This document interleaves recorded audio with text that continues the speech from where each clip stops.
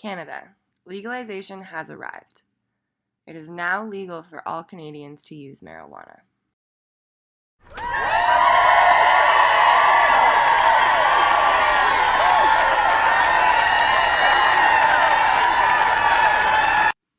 If you so choose, you can now legally partake in many activities under the influence of marijuana, such as going to the beach for a night with friends.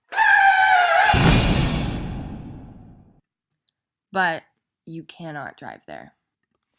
Driving under the influence of marijuana, also known as cannabis, remains a criminal offense that is dangerous and punishable by law.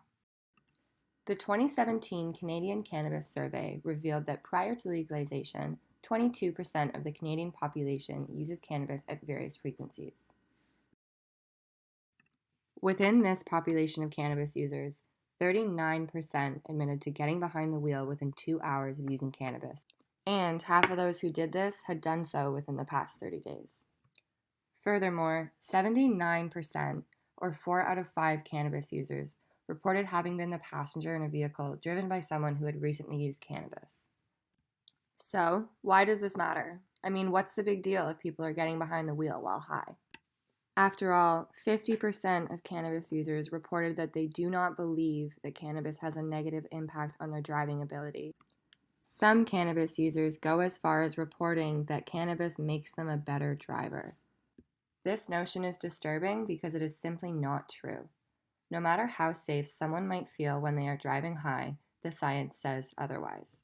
Plenty of recent findings have added to the large body of evidence demonstrating that cannabis significantly impairs the cognitive and motor skills necessary for driving and can double your risk of crash involvement.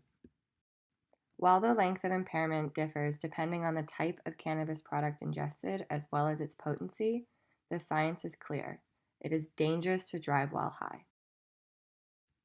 Intervention studies have found significant impairments to driving abilities 5 hours after smoking a small amount of cannabis. The Center for Addiction and Mental Health, also known as CAMH, recommends waiting at least 6 hours before getting behind the wheel after you've consumed cannabis. Cannabis-impaired driving is dangerous, illegal, and has very real consequences.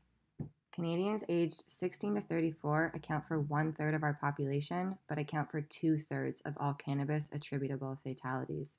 Do not let this be you or your friend. Friends don't let friends drive impaired. There is never an excuse to get behind the wheel high. Call a taxi, call an Uber, call a friend, call your mom, or stay the night. It is now legal to get high.